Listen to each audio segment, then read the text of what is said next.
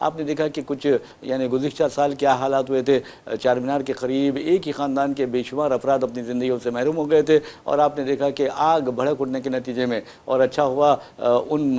دو نوجوانوں کا جو نماز فجر کی ادائیگی کے بعد مکہ مسجد سے واپس ہو رہے تھے، انہوں نے یہ دیکھا کہ وہاں پر آگ بھڑک اٹھی ہے، لوگ چیخ رہے ہیں، چلا رہے ہیں، اور دم گھٹنے کی وجہ سے کئی لوگ اپنی زندگیوں سے محروم ہو چکے ہیں۔ تو وہ وہاں پر پہنچے، دروازے توڑ کر انہوں نے لوگوں کو نکالا، تو ورنہ یعنی اموات کی تعداد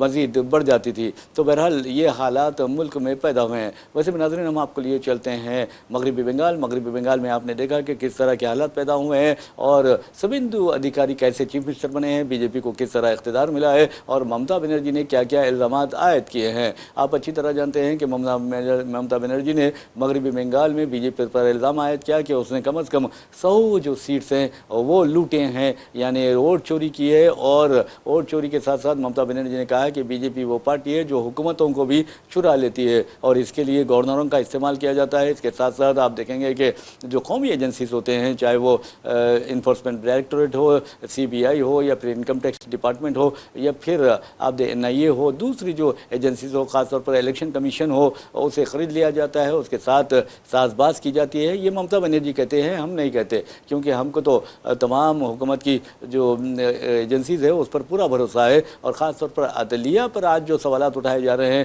اس کے پر بھی ہم کہہ سکتے ہیں کہ عدلیہ پر بھی ہم پر بھرپور اعتماد رکھتے ہیں، بھروسہ رکھتے ہیں۔ یہ اور بات ہے کہ عالمی سطح پر اور انٹرنیشنل لیول کے ساتھ ساتھ نیشنل لیول کے جو قانونی ماہرین ہیں وہ عدالتوں پر یہ الزام عائد کر رہے ہیں کہ ہندوستانی عدالتیں دباؤ میں کام کر رہی ہے، حکومت کی دباؤ میں کام کر رہی ہیں، اور فیصلے جو آ رہے ہیں وہ حکومت کے دباؤ کے تحت فیصلے آ رہے ہیں، یہ لوگ کہتے ہیں۔ تو بہرحال عدالتوں کو بھی اپنا جائزہ لینا چاہیے، عدالتوں کو بھی اپنی اکاؤنٹیبلٹی جو ہوتی ہے، یعنی خود احتسابی جسے کہا جاتا ہے، وہ لینا چاہیے، تب جا کر آپ دیکھیں گے کہ انصاف کو یقینی بنایا جا سکتا ہے، ورنہ اگر انصاف ہی نہیں کر پاتی عدالتیں تو پھر عدالتوں کا رہنا کوئی فائدہ نہیں۔ تو بہرحال ناظرین، ہم آپ کو جیسا کہ بتایا کہ مغربی بنگال میں فالٹا جو حلقہ اسمبلی ہے وہاں پر دوبارہ پولنگ ہو رہی ہے، اور آپ کو یہ بتا دوں کہ فالٹا کے جو TMC امیدوار ہے جہانگیر خان، جہانگیر خان نے مقابلے سے دستبرداری کا اعلان کر دیا تھا، لیکن EVM میں اور جو پیپر ہے یعنی بیلٹ پیپر ہے اس پر بھی آپ دیکھیں گے کہ جہانگیر خان EVM میں جہانگیر خان کی تصویر موجود ہے، ان کا نشان موجود ہے، اور آپ کو یہ بتا دیں کہ وہاں کے بی جے پی امیدوار میں کافی جوش و خروش پایا جاتا ہے، اور وہاں کے بی جے پی امیدوار کا کہنا ہے کہ میں 1.5 لاکھ ووٹوں کی اکثریت سے کامیابی حاصل کروں گا۔ لیکن آپ دیکھیں گے کہ اگر جہانگیر خان اعلان نہیں کرتے تو ہو سکتا ہے کہ ان کے ساتھ بہت بڑا انتقامی رویہ اختیار کیا جاتا، ان کی جائیدادوں کو یعنی زمین دوز کر دیا جاتا۔ اور ویسے بھی ناظرین آپ کو بتا دوں کہ جہانگیر خان نشانہ بنے ہوئے تھے، خاص طور پر آپ دیکھیں گے کہ اتر پردیش کا جو ایک بی جے پی کا من پسندیدہ IPS آفیسر تھا شرما، اسے لایا گیا تھا خاص طور پر جہانگیر خان کے لیے۔ اور آپ کو بتا دوں کہ پھر اس کے بعد مدھیہ پردیش نہیں بلکہ اوڈیشہ کا ایک IPS عہدیدار جو بی جے پی کا منظور نظر ہے، بلو آئیڈ بوائے ہے، تو بہرحال اسے بھی لایا گیا تھا۔ تو بہرحال جہانگیر خان کی زندگی کو خطرہ پیدا ہو گیا تھا، جہانگیر خان سمجھ گئے کہ اب ان کا برا وقت آنے والا ہے، تو انہوں نے فوری طور پر یعنی دستبرداری اختیار کی، ڈر کے مارے۔ تو بہرحال بی جے پی دو چیزیں کرتی ہے، ایک تو ڈراتی ہے، دوسرے بلیک میل کرتی ہے، ایک تو ڈراتی ہے، دوسرے لالچ دیتی ہے۔ تو بہرحال آپ دیکھیں گے کہ جہانگیر خان کو مقابلے سے ہٹا دیا گیا، اب وہاں پر بی جے پی کے لیے راستہ صاف ہے۔ بی جے پی کے امیدوار نے واضح طور پر کہا ہے کہ ہم 1.5 لاکھ ووٹوں کی اکثریت سے کامیابی حاصل کریں گے، اور آپ کو یہ بھی کہا جا رہا ہے کہ جہانگیر خان کو ڈرا کر چیف منسٹر نے کہا ہے کہ تم مقابلے سے دستبردار ہو جاؤ، وڈرا ہو جاؤ، تو انہوں نے مقابلے سے دستبرداری اختیار کی، اور بہانہ یہ بنایا کہ فالٹا کی ترقی کے لیے خصوصی پیکیج کا چیف منسٹر مسٹر سویندو ادھیکاری نے اعلان کر دیا ہے۔ تو بہرحال ناظرین آپ کو بتا دوں کہ آج جب پولنگ دوبارہ شروع ہوئی تو وہاں پر پیراملٹری فورسز کی تقریباً 35 کمپنیاں تعینات کی گئی تھی۔ یہ کوئی معمولی بات نہیں ہے، ایک حلقہ اسمبلی میں 35 کمپنیاں تعینات کی جاتی ہے، جبکہ آپ دیکھیں گے کہ خود کولکتے میں صرف صرف کلکتے میں انتخابی مہم کے دوران پھر رائے دہی کے دوران کم از کم 70,000 پیراملٹری فورسز کے جوانوں کو تعینات کیا گیا تھا۔ ایسا لگ رہا تھا کہ ہم مغربی بنگال میں انتخابی مہم نہیں چلا رہے ہیں، بلکہ وہاں پر ایسا لگ رہا ہے کہ کسی دشمن ملک کی سڑکوں پر آ گئے ہیں۔ اس کے علاوہ آپ کو بتا دوں کہ پیراملٹری فورسز میں BSF بھی شامل ہے، پیراملٹری فورسز میں آپ دیکھیں گے کہ یعنی CRPF بھی شامل ہے۔ تو یہ چیزیں عوام کو ڈرا کر، عوام کو دھمکا کر، اور پھر اس کے بعد SIR کے نام پر تقریباً 90 لاکھ ووٹوں کو حذف کیا گیا، جس پہ مسلمانوں کی اکثریت ہے۔ اور آپ دیکھیں گے کہ BJP اور ممتا بنرجی کی پارٹی میں لاکھ دھاندلیوں کے باوجود، لاکھ ہیرا پھیری کے باوجود، لاکھ ساز باز کے باوجود آپ دیکھیں گے کہ ممتا بنرجی کی TMC اور BJP کے درمیان جو ووٹوں کا فرق ہے وہ صرف 13 لاکھ کا فرق ہے۔ اور آپ کو یہ بتا دوں کہ 28 لاکھ ایسے ووٹرز سے اگر سپریم کورٹ انہیں اجازت دیتی تو وہ ووٹ ڈالتے تھے، لیکن سپریم کورٹ نے بھی ان کا ساتھ نہیں دیا، یعنی سپریم کورٹ نے بھی ایک طرح سے جمہوری عمل کو نقصان پہنچایا ہے۔ تو اب عدالتوں پر بھروسہ کرنا بہت مشکل دکھائی دے رہا ہے۔ یہ میں نہیں کر رہا ہوں، بلکہ مغربی بنگال کے عوام کر رہی ہے، وہ عوام کر رہی ہے جن کے حق رائے دہی سے، یعنی ان کا جو ووٹر رائٹس ہیں اس سے محروم رکھا گیا۔ تو بہرحال اب دیکھنا یہ ہے کہ ہندوستان میں BJP جہاں چاہے حکومت بنا سکتی ہے، جہاں چاہے آپ الیکشن میں کامیابی حاصل کر سکتی ہے۔ ایک تو آپ کو اس کو بہانہ مل گیا ہے SIR کا۔ تو ناظرین، تلنگانہ میں آپ دیکھیں گے 25 میں سے لے کر 25 جون تک جو یعنی ہمارے SIR کا عمل جاری ہوگا۔ تو برائے مہربانی بہت ہی چوکس رہیے، اپنے اور اپنے رشتہ داروں کا، اپنے دوست احباب کا، اپنے پڑوسیوں کا، اور اپنے شہر والوں کا، اپنے بستی والوں کا، سب کا نام لکھائیے اور ان میں شعور بیدار کیجیے کہ SIR بہت زیادہ اہمیت رکھتا ہے۔ پہلے بھی SIR تقریباً 13 مرتبہ ہو چکے ہیں، لیکن آپ کو بتا دوں کہ ان SIR میں کسی نے تعصب و جانبداری کا مظاہرہ نہیں کیا، مسلمانوں کو نشانہ نہیں بنایا، لیکن اب خاص طور پر مسلمانوں کو نشانہ بنایا جا رہا ہے۔ اور آپ کو بتا دوں کہ ہمارے مرکزی وزیر جو ہے کشن ریڈی کا ایک بیان منظر عام پر آیا، جس پہ انہوں نے واضح طور پر کہا ہے کہ حیدرآباد میں روہنگیا اور بنگلہ دیشیوں نے بھی اپنے نام فہرست رائے دہندگان میں درج کروا لیے ہیں۔ تو بہرحال ہمارے جو کشن ریڈی ہے وہ ایک طرح سے وزیر اعظم نریندر مودی اور وزیر داخلہ امت شاہ کی ناکامی کا اعلان کر رہے ہیں۔ اب سوال یہ پیدا ہوتا ہے کہ ناکامی کا اعلان وہ کیسے کر رہے ہیں؟ تو آپ کو بتا دوں کہ 12 سال سے، پچھلے 11-12 سال سے جو مرکز میں BJP کی حکومت ہے، کانگریس کی یا ترنمول کانگریس کی یا کمیونسٹوں کی حکومت نہیں ہے، یعنی جس کی حکومت ہوتی ہے وہ اگر سرحدوں کی حفاظت میں ناکام ہو جائے، وہ اگر دراندازی کو روکنے میں ناکام ہو جائے، تو پھر اس کا مطلب ہے کہ وہ انفٹ ہے، وہ ناموزوں ہے اور نااہل ہے۔ تو بہرحال کشن ریڈی نے واضح طور پر، یعنی انڈائریکٹلی طور پر، بالواسطہ طور پر نریندر مودی کو نااہل قرار دیا ہے، اور خود امت شاہ کو نااہل قرار دیا ہے، نریندر مودی کی حکومت کو نااہل قرار دیا ہے، جبکہ آپ کو معلوم ہے میلوڈی کی کیا بات ہوتی ہے۔ تو بہرحال ناظرین، میلوڈی پر بھی ہم آئیں گے کہ وزیر اعظم نریندر مودی کو کچھ کرنا تھا اور کچھ کر رہے ہیں۔ تو بہرحال کسی کو چاکلیٹ سے بہلا رہے ہیں، کسی کو میلوڈی کے نام پر مسکرانے پر مجبور کر رہے ہیں۔ اب ایسا لگ رہا ہے کہ وہ ایک کیریکٹر بن گئے ہیں، انٹرنیشنل لیول پر ہنسی مذاق کا موضوع بن گئے ہیں، ایک ایسا موضوع، ایک ایسا کیریکٹر جس پر لوگ ہنسنے لگے ہیں۔ تو بہرحال ناظرین، اس خبر پر بھی ہم نظر رکھتے ہیں، اس کے بارے میں بتائیں گے، لیکن آپ سے یہ درخواست کرتے ہیں، آپ سے یہ التجا کرتے ہیں، آپ سے یہ ریکویسٹ کرتے ہیں کہ SIR کے بارے میں چوکس رہیے، اپنا فیملی میپنگ کروا لیجئے۔ اور آپ کو یہ بتا دوں کہ اگر آپ کے پاس بوتھ لیول آفیسر BLO نہیں آتا ہے تو پھر اس کا نمبر موجود ہوتا ہے، اس کا نمبر پر فون کیجئے، بار بار کیجئے، اگر وہ نہیں اٹھاتا بھی ہے تو فون کیجئے، اور بار بار فون کر کے اسے مجبور کیجئے کہ وہ آپ کے گھر پر آئے اور آپ کے فیملی میپنگ کریں۔ اور ایک اہم بات یہ ہے کہ 2002 کے SIR میں اگر کسی کا نام نہیں ہے تو پریشان ہونے کی ضرورت نہیں ہے، اگر ان کے نام نہیں ہے، ان کے والد کا نام ہے، ان کے والدہ کا نام ہے تو چلے گا، یا نہیں تو والد والدہ بھی نہیں ہے، اگر نانا نانی دادا دادی کا بھی نام ہے تو وہ فیملی میپنگ کروا سکتے ہیں۔ تو بہرحال ناظرین، ہم آپ کو پھر سے یہ کہہ رہے ہیں، کیونکہ نیوز ایڈیٹر سیاست جناب عامر علی خان نے سیاست ہب فاؤنڈیشن کے ذریعے ایک بہت بڑا کام کیا ہے۔ SIR کے لیے رہنمائی کی خاطر انہوں نے دفتر سیاست میں ہیلپ ڈیسک قائم کیا ہے، اور اسے ہیلپ ڈیسک کے ذریعے آپ دیکھتے ہیں کہ کس طرح روز یعنی یومیہ 300 سے لے کر 500 لوگوں کی رہنمائی کی جا رہی ہے۔ اور آپ کا بھی اگر کوئی کچھ پریشانی ہے، اس ضمن میں کچھ سوالات ہیں، تو ضرور آپ دفتر سیاست آ سکتے ہیں، اور یہاں پر ہم آپ کی رہنمائی کے لیے بیٹھے ہیں۔ سیاست ہیلپ ڈیسک کے ذریعے آپ کی رہنمائی کی جائے گی، آپ کا نام تلاش کیا جائے گا، سرچ کیا جائے گا، اور اگر آپ کا نام موجود ہو تو بہت اچھی بات ہے، اگر نہ ہو تو پھر کیا آپ کو کرنا چاہیے یہ آپ کو بتایا جائے گا۔ تو بہرحال یہ خبر رہی ہے، لیکن ناظرین آپ کو بتا دیں کہ جہاں تک گرمی کا سوال ہے اور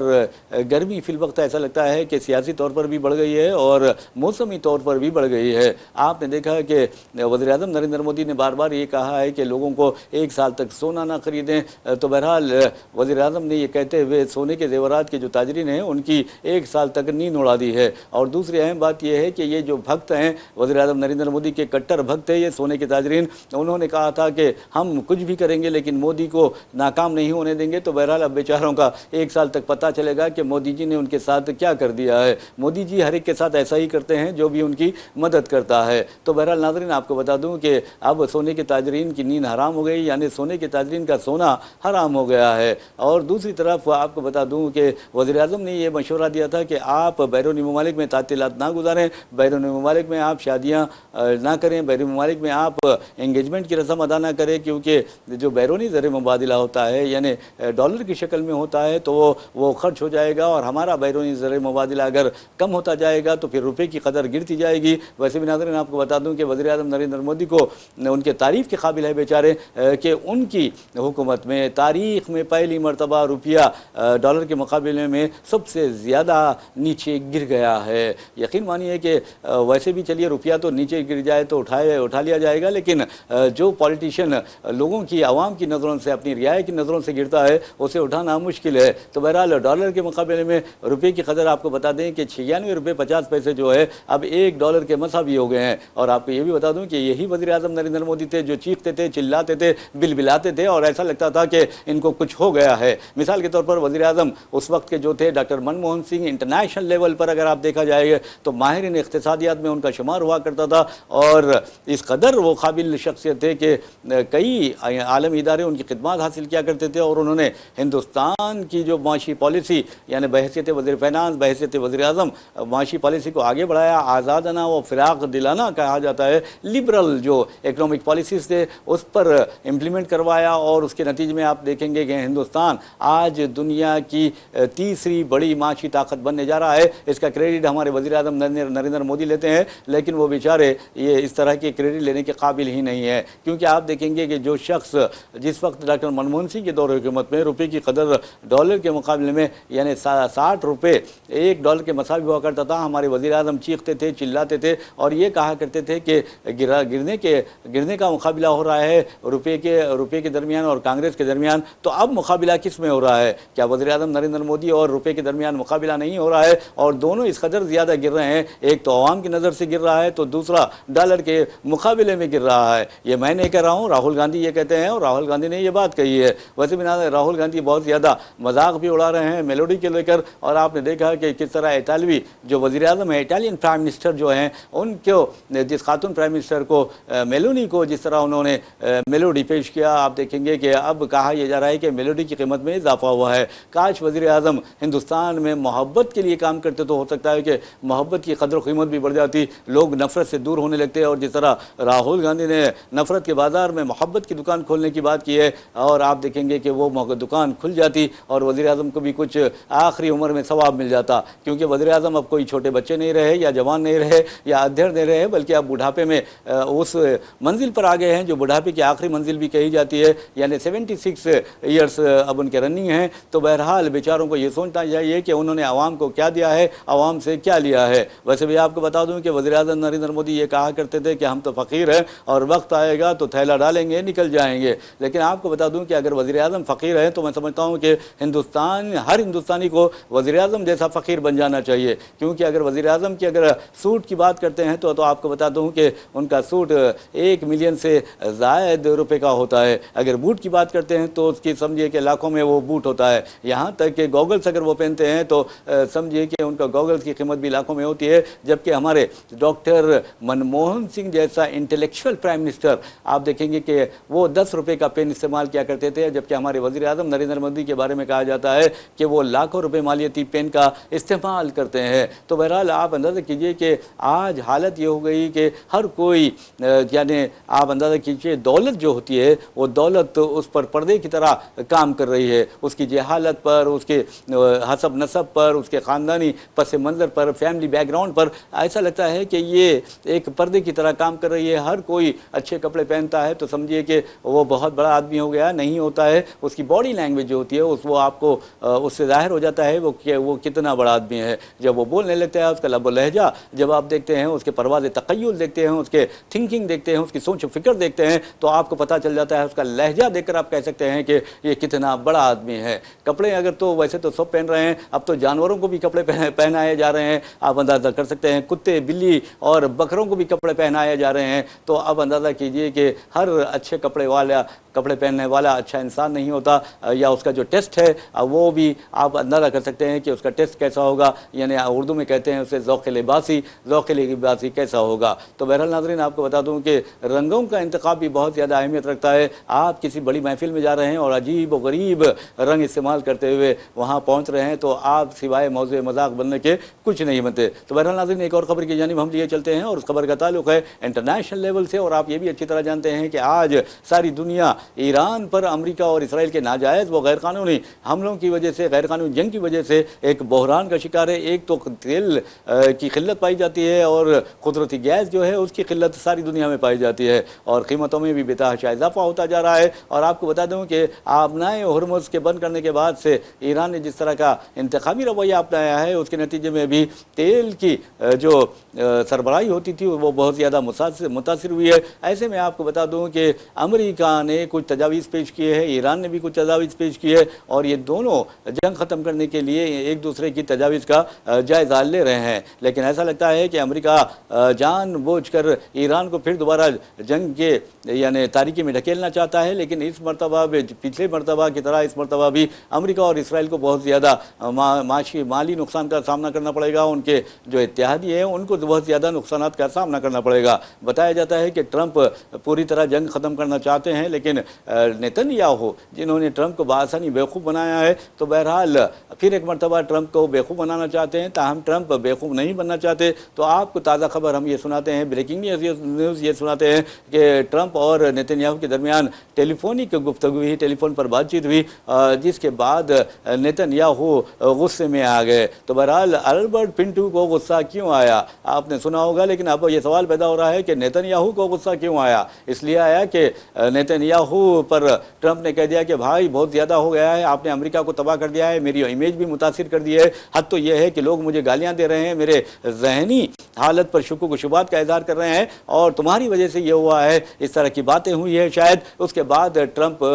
کی اس بات پر نیتن یاہو کو غصہ آ گیا, اور نیتن یاہو پریشان ہو گئے کہ یہ جنگ ختم ہو جائے گی تو میرا کیا ہوگا. تو بہرحال ناظرین, آپ کو بتا دوں کہ کل ہی ٹرمپ نے کہا تھا, کیونکہ اسرائیل کے تحفظ کے لیے تمام طاقتیں جو مغربی طاقتیں ہیں, خاص طور پر امریکہ بہت زیادہ اتاولا پڑا ہوا ہے, بہت زیادہ چاہتا ہے کہ اسرائیل کی حفاظت کرے, جبکہ اسرائیل کے پاس خود جوہری ہتھیار موجود ہے. لیکن آپ کو بتا دوں کہ جو ایٹمی ایجنسی ہے عالمی, وہ اسرائیل کے جو ایٹمک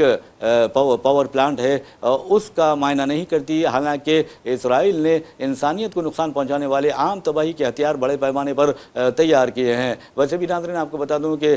فلسطینیوں کے خلاف جنگ یعنی 7 اکتوبر 2023 کو جنگ کا آغاز ہوا. اس کے بعد اسرائیل نے جس درندگی کا مظاہرہ کیا, جس شیطانیت کا مظاہرہ کیا, اور انسانیت کو اس نے شرما دیا. انسانیت تو دور کی بات ہے, میں تو سمجھتا ہوں کہ شیطان بھی اسرائیلی وزیر اعظم نیتن یاہو کی حرکتوں سے شرما رہا ہوگا. تو بہرحال 77,000 سے زائد فلسطینیوں کو اسرائیل نے امریکی اور ہندوستانی بموں کی, ہندوستانی ڈرونز کی مدد سے ہلاک کر یعنی قتل کیا ہے, ان کا قتل عام کیا ہے. اور اس سلسلے میں آپ کو یہ بھی بتا دیں کہ 77,000 کوئی معمولی بات نہیں ہے. 77,000 فلسطینی آپ دیکھیں گے کہ کس طرح